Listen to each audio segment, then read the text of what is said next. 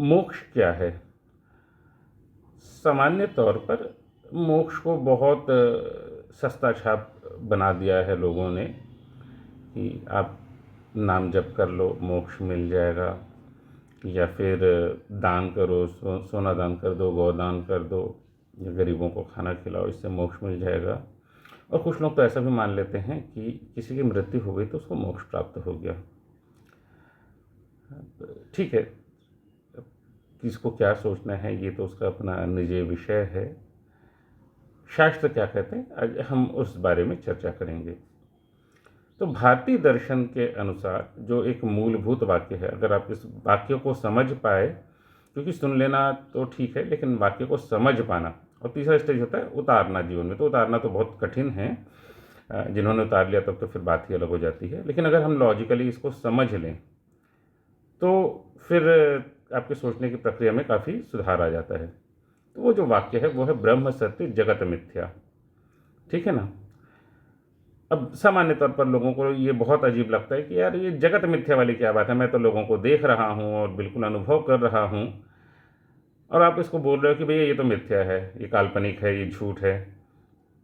तो इसके लिए एक साधारण सा उदाहरण है। जब आप सपना देख रहे होते हैं, स्वप्न में हैं, है ना, आप नींद में हैं, आपने स्वप्नावस्था में आप चले गए, आपको लगता है कि जब स्वप्न में हुए और वो काल्पनिक लग रहा होता है, कभी पता चलता है कि आप सपना देख रहे हैं, मतलब हाँ, कई बार एक ऐसी अनुभूति हो जाती है कि ये स्वप्न है, लेकिन अधिकांश अवसरों पर स्वप्न में आपको पता होता है कि ये वास्तविक है, जो कुछ है वास्तविक है।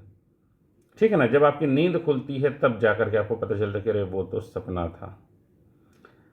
तो सोचिए कि इस जीवन में मृत्यु हो और किसी और जीवन में आपकी आँख खुले और आपको पता चले कि यार ये तो पूरा का पूरा जो जीवन था ये तो बस एक सपना था उस जीवन का, तब कैसा रहेगा?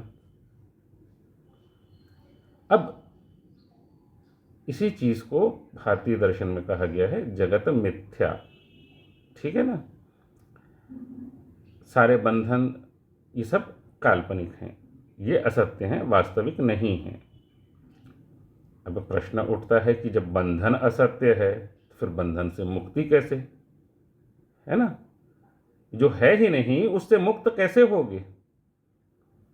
तो जो बंधन काल्पनिक है तो उस बंधन से मुक्ति भी काल्पनिक ही है। इसीलिए मोक्ष की अवस्था को भी भारतीय दर्शन में काल्पनिक ही बताया गया है, या इसी को ही दूसरे शब्दों